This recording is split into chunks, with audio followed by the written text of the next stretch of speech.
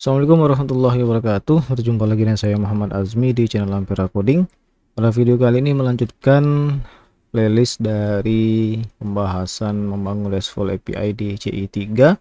Jadi di sini saya akan menjelaskan macam-macam respons yang disediakan oleh Friska Sergus ya. Jadi di sini ada HTTP OK seperti yang kita pelajari di video sebelumnya, di mana ketika data berhasil didapatkan ataupun diolah menggunakan Postman ataupun langsung direct ke browser, maka datanya semuanya akan tampil ya. Nah, cuman ketika kita menggunakan Postman, di sini saya coba tunjukkan.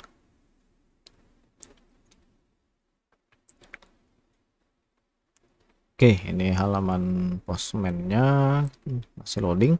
Saya akan coba buat baru. Di sini namanya adalah portal berita. Kemudian pada bagian type-nya ini saya kosongkan karena kita belum membahas untuk autentifikasinya.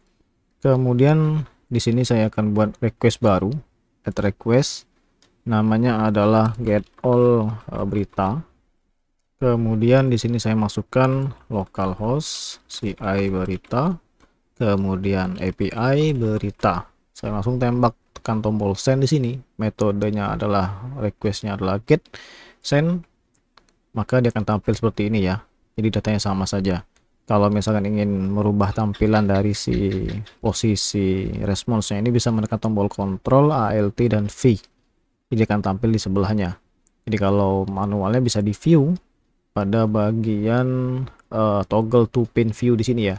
Jadi kalau teman-teman klik maka dia akan ke bawah, kalau diklik lagi maka dia akan ke samping.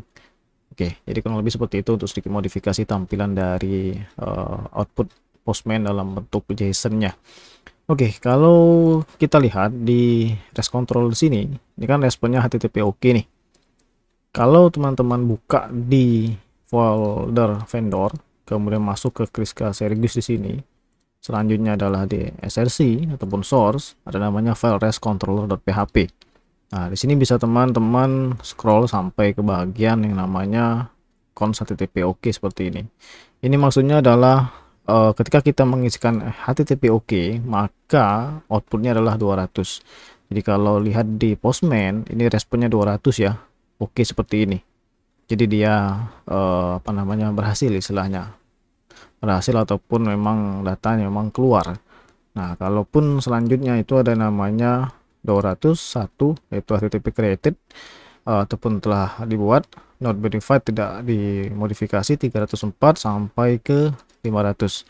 Nah, yang paling sering digunakan itu adalah 200 ataupun HTTP OK, kemudian bad request ataupun unauthorized, kemudian forbidden dan not found ya. Jadi satu lagi internal error kalau misalnya servernya bermasalah. Jadi kurang lebih seperti itu untuk output yang akan bisa kita gunakan. Kalau misalkan tidak ingin menggunakan HTTP OK, kita bisa masukkan untuk nilainya di angkanya seperti ini. Jadi kalau misalkan saya contohkan nih ya, pada bagian respon itu bisa kita modifikasi.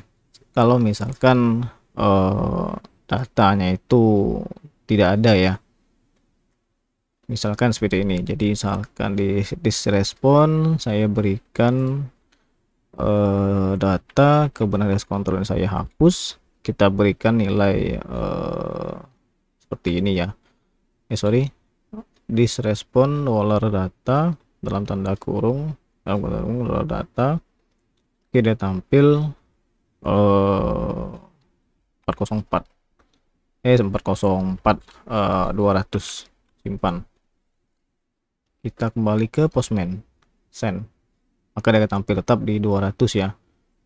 Jadi seperti itu. Mungkin akan lebih detail ketika kita masuk di penampilan data berdasarkan parameter ID-nya apa. Jadi saya kembalikan dulu. Oke, simpan. Kemudian mungkin cukup di sini saja. Semoga bermanfaat dan sampai jumpa di video selanjutnya.